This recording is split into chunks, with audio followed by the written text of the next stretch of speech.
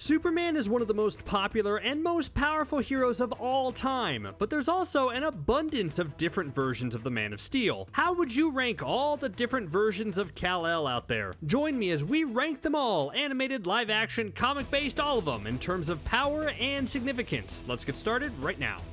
So we all know the sun gives Superman his powers, so first on this list has to be Superman Prime, which is a version of Superman that utilizes the sun's powers to its most extreme, and he becomes basically a literal god. So this took place in the DC 1 million comic event, and this version of Supes decided to spend 15,000 years inside the sun charging up. What happened was this: in this universe, Superman was this great hero, but thanks to his Kryptonian powers, he was basically immortal, so he had to outlive his family and friends and anyone he ever cared about. This affected him deeply, so he eventually left Earth. He went about collecting all these amazing abilities and growing stronger before eventually hiding out and hibernating in his Fortress of Solitude, the Sun Edition. Yeah, I mean, if I were our normal Superman, wouldn't you put your Fortress of Solitude in the sun rather than the Arctic? Feels like a missed opportunity.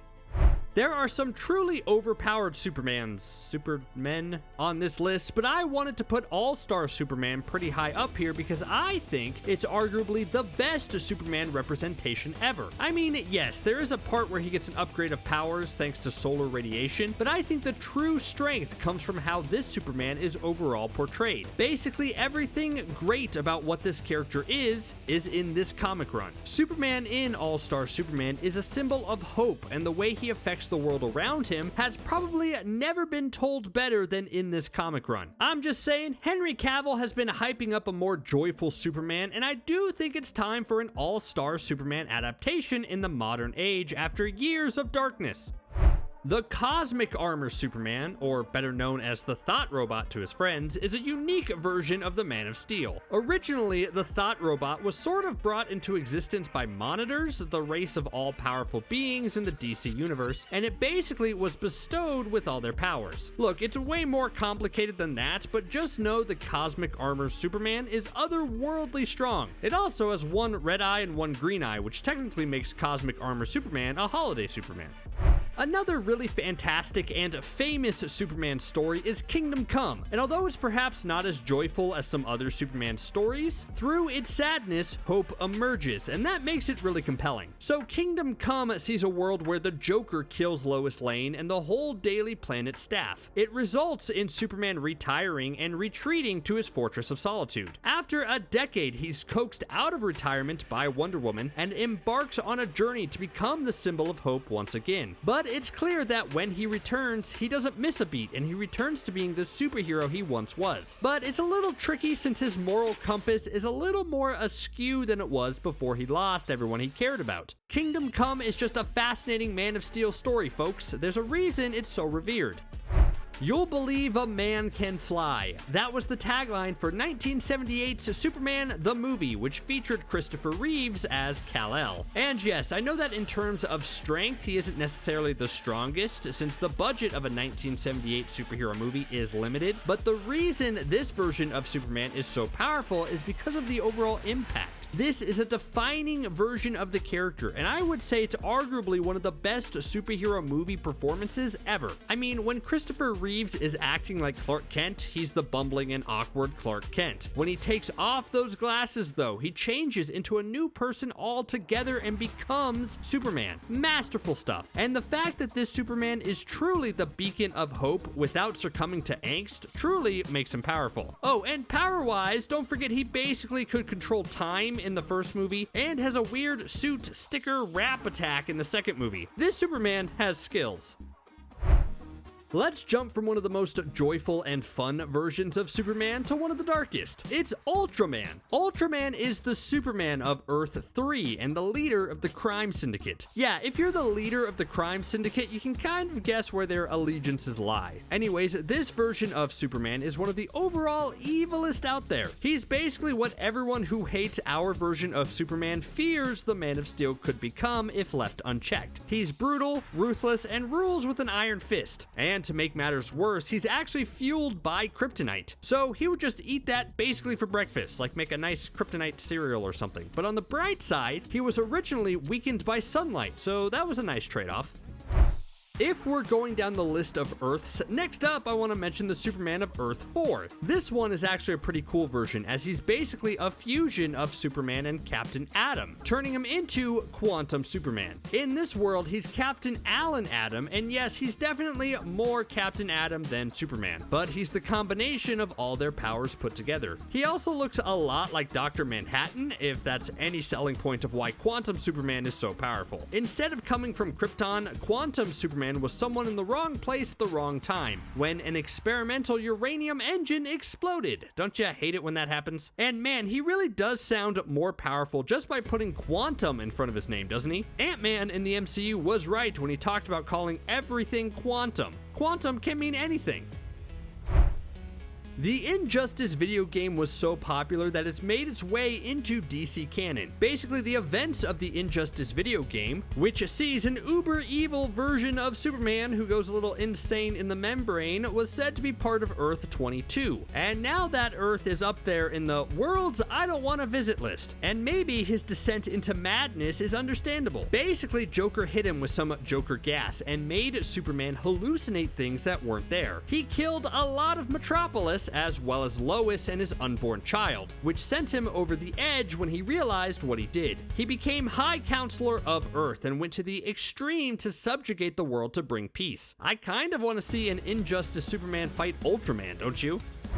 The DCAU, I think, will always be superior to the DCEU. Both definitely have merits, but the DC animated universe just gave us a wonderful adaptations of some of DC's best heroes. Superman in particular was a highlight. Starting in his own Superman animated series in the 90s, this version of Superman carried over into the animated Justice League and Justice League Unlimited. I think here, this version of Superman proves that you can have a big blue Boy Scout and still make compelling stories around him. We got to see this version of Superman operate on his own and then essentially turn into the true leader of the Justice League. He was a symbol of hope and a hero we could all strive to be. I loved seeing him be powerful and strong and fight against Darkseid and Brainiac and Lex Luthor by punching away his problems, but I also liked seeing him use his intelligence to outwit foes, like Mr. Mxyzptlk. He could be deadly serious when necessary, but still goofy, like when he brings Martian Manhunter home for Christmas. I love this version of Superman. Over on Earth 2, Darkseid was up to his usual conquering shenanigans, and it led to the creation of Brutaal, which was a clone of Superman. This clone was unique in that it had all of Clark Kent's memories and basically convinced the entire world that it was the real Superman that had been brainwashed by Darkseid, when in reality the real Clark Kent was already dead. Yes, it's that whole concept that puts Brutaal above other Earth 2 Supermen. He's not the only evil clone on this list, but the fact that he's a Darkseid clone makes him one of the most terrifying. Any sort of team up between Superman and Darkseid instantly spells bad news for all of us. This clone caused a whole mess of damage, like killing Steppenwolf, almost eliminating Dr. Fate, and killing poor Jonathan Kent, aka Clark's dad. Tragic. In the end, the clone is beaten and turned to dust, and there was much rejoicing. So I mentioned Brutaal, who is basically the evil version of Superman of Earth 2, so now let's talk about its hero. Val-Zod takes on the mantle of Superman during the whole Brutaal saga. He was an orphan from Krypton along with Kal-El and Kara Zor-El, but was basically sheltered his whole life. In fact, since he spent most of his life in a capsule, he had an extreme fear of open spaces. The overcoming of this fear to step up and help save the day against Brutaal and come into his own a little bit is a great arc. Val-Zod is an overall awesome and interesting version of Superman. It's why when Michael B. Jordan was in talks to develop a black Superman movie, it was Val-Zod who was being discussed as the focal point. The DCEU Superman has had a tough road. Man of Steel proved incredibly controversial with its portrayal of a more inexperienced and angsty Superman, and that only carried over into Batman v Superman. A course correction was attempted in Justice League, but all that really managed to do was make everyone unhappy. But I'm going to take a bit of a middle ground here, that no matter if the DCEU Superman was grim or he was more joyful, I think Henry Cavill has nailed it each time. Sure, I don't like my Superman really dark, but I still appreciate the story being told in Man of Steel, and I'm cautiously optimistic that we could be on the road to some great things in the future. That uncertainty about the future puts the DCEU Superman in the middle of this list. You know how sometimes in the comics Lex Luthor becomes president of the United States, leaving Superman fighting basically corruption in the government? Well, Superman on Earth 23 took a different approach to things and just became president himself. That's right, Calvin Ellis is the Superman in that world, and he's both the Superman and the president of the United States. Yeah, his schedule is often pretty busy. Thankfully, he has Brainiac as his own personal computer to help him out at the White House. Behind the scenes, Calvin Ellis was directly inspired by Barack Obama. It was an instance of seeing the character first as an unnamed cameo before eventually fleshing him out and giving him his own interesting story. Would you vote for a literal Superman as president? So I've mentioned Brutaal, who is a Superman clone created by Darkseid, but let's get even more dark with it. Over on Earth 1198, the absolute nightmare situation happened. Instead of landing on Earth and being raised by the kindly Kents who taught him truth, justice, and all that jazz, this version of Kal-El landed right into Darkseid's hands, who basically taught him how to be evil and the most powerful warrior on Apokolips. This Superman comes with a special kick and wears apocalyptian armor. Kind of looks like a Batman Beyond type of design, right? Anyways, you may ask, what the heck does Superman need armor for? Besides looking awesome, the armor draws geothermal energy right from Apokolips, and that gives Superman even more power. Don't worry though, after some shenanigans, this version of Supes eventually did make his way to Earth, got all his Superman-esque powers, and became a good guy. But I just like that armor. There have been quite a few versions of Bizarro in the comics. Sometimes he's a Superman clone, but originally in the comics, Superman was just hit with a classic duplicate ray, creating Bizarro. Man, comics are goofy. Anyways, Bizarro is super powerful and just as strong as Superman, but his twisted Bizarro brain makes him not as intelligent. He's easy to trick, and he's often very hard to understand, which stops him from being higher on this list. He's the type of villain to say, "Me love you," and then punch you in the face. Yeah, you have to speak to him in opposite talk or else you won't get anywhere. I've always wondered if Bizarro could work as the big bad of a Superman movie. Do you think there's enough depth to the character to make that happen? So the 80s and 90s really gave us some fascinating Superman stories. It felt like they were trying to reinvent the character and do some interesting new things with the Man of Steel, which leads us to Electric Superman. So thanks to more comic shenanigans, Superman became a being basically made out of electromagnetic energy, and he had to concentrate at all times to have a body or else he'd just dissolve into a formless electricity. It was a bit of a stunt, and eventually Superman did return to normal, but this version did indeed switch things up with new powers like energy blasts, energy conversion, and could interact with machines. Plus, the costume was actually pretty cool. Kudos to the art department. As we start to wind down a bit and get to the less powerful versions of Superman near the bottom of this list, I really wanted to shout out the Superman from the CW's Superman and Lois Arrowverse show. Look, just because some Supermen are above or below others doesn't mean the lower ranked ones are weak. They're all Superman. And really the only thing holding this version of Superman back from being higher on this list is that they are restricted by a CW TV show budget. But other than that, this version of Superman deserves a lot of recognition for transcending the ho-hum Arrowverse content and creating a Superman show that's actually really decent if you give it a chance. Its portrayal of Superman is dramatic, but also shows just how joyful the character can get. If you haven't watched the show yet, please do, now's your chance.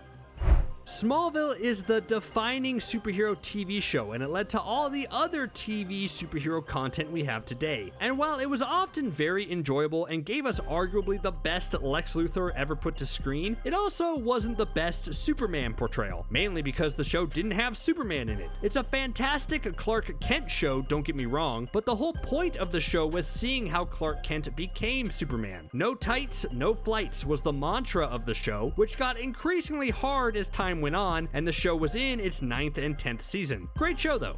While Batman Beyond usually gets most of the spotlight, we can't forget there is a Superman Beyond as well. So a lot of versions of Superman have decreased aging thanks to all that Kryptonian blood, so Superman Beyond is in much better shape than his old pal Bruce Wayne, and even becomes a mentor of sorts to Terry McGinnis. But he's also older and wiser and way more experienced. Superman is always a leader to so many, but it's interesting when he's actually older for a change.